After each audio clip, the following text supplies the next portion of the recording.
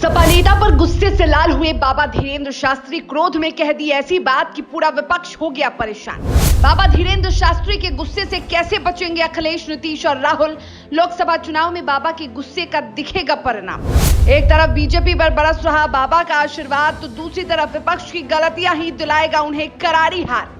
एक तरफ बीजेपी को हराने के लिए कई तरह के खेल विपक्ष खेल रही है। कभी गठबंधन का गठन करना, कई बैठकें कर जनता के बीच में जाकर उनसे जुड़ना, कई प्लानिंग बनाना जिससे जनता के मुद्दों को उठाया जा सके और लोकसभा चुनाव में बीजेपी को धूल चटाया जा सके। लेकिन जनता की नंबर 1 पसंद बनी बीजेपी को हराना इतना भी आसान नहीं है और इस दौरान कुछ ऐसा हुआ है जो विपक्ष के लिए बेहद खतरनाक है। उसकी रातों की नींद उड़ चुकी है और बीजेपी को इससे बड़ा फायदा होने वाला है। दरअसल एक तरफ अखिलेश यादव जी तोड़ मेहनत कर अपनी पार्टी और इंडिया गठबंधन को मजबूती देने में जुटे हैं, तो दूसरी तरफ उनकी पीठ पीछे कोई उनका अपना ही उन्हें हराकर बीजेपी को फिर से सत्ता दिलाने में जुटा हुआ है।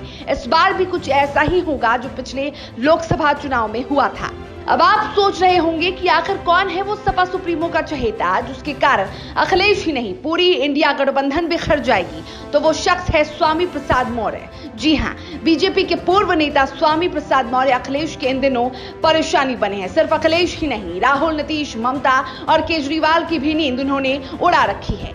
दरअसल पूरे देश में सनातन धर्म पर जमकर सियासत हो रही है और ये वही धर्म है जिससे करोड़ों लोगों की आस्था जुड़ी हुई है और उसके खिलाफ बोलने वालों की खूब फजीहत होती है, चाहे वो राजनीतिक लाभ के लिए ही क्यों ना बोली जाती हो, लेकिन नुकसान इससे बोलने वाले का ही होता है। और दूसरी तरफ है बीजेपी जो पूरे विश्व में सनातन की पहचान को मजबूती दे रही है और उस धर्म के सम्मान और रक्षा की बात करती है। इस धर्म के लोगों की भावनाओं को चोट नहीं पहुंचाती। ऐसे में अखिलेश यादव के चहेते स्वामी प्रसाद मौर्य लगातार इस पवित्र धर्म के खिलाफ बोलते ही रहते हैं। इतना ही नहीं, खुद सपा सुप्रीमो के बार बार चेताने के बावजूद भी वो पीछे नहीं हटते, जिससे उनकी पार्टी को बड़ा नुकसान होने वाला है।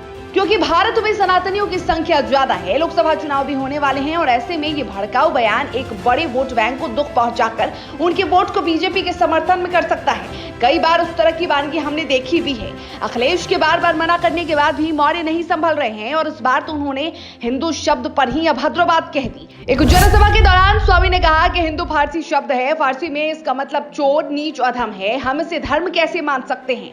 इतना ही नहीं, स्वामी ने कहा कि हम इसे धर्म कैसे मान सकते हैं? हम जिसको हिंदू धर्म मानते हैं वो हिंदू धर्म है ही नहीं। यदि हिंदू धर्म होता तो सबको बराबर का दर्जा दिया जाता। हिंदू राष्ट्र की मांग पूरी तरह संविधान विरोधी है। ऐसी मांग करने वाले देशद्रोही हैं। इतना ही नहीं, सपा नेता ने तो हिंदू देवी देवताओं तक पर टिप्पणी कर दी। अब इस बयान के बाद से देश में गुस्से का उबाल फूट पड़ा। वहीं इस बेतुके बयान पर जब बाबा धीरेन्द्र शास्त्री की प्रतिक्रिया आई तो मानो पूरा विपक्षी खेमा डर गया। धीरेन्द्र शास्त्री ने तो स्वामी प्रसाद मौर्य को रावण तक कह दिया। शास्त्री ने कहा कि ये रावण के खानदान के लोग हैं, हम किसी दो कौड़ी की राजनीति पर कमेंट नहीं करते। धूर्त लोग हैं, खिसियाई बिल्ली खंबा नोचे जैसा हाल है। विचारों पर कोई उपचार बचा नहीं है। हिंदू जाग रहा है, हिंदू एक हो रहा है। संत एक मंच पर आ रहे हैं, हिंदू राष्ट्र होकर रहेगा।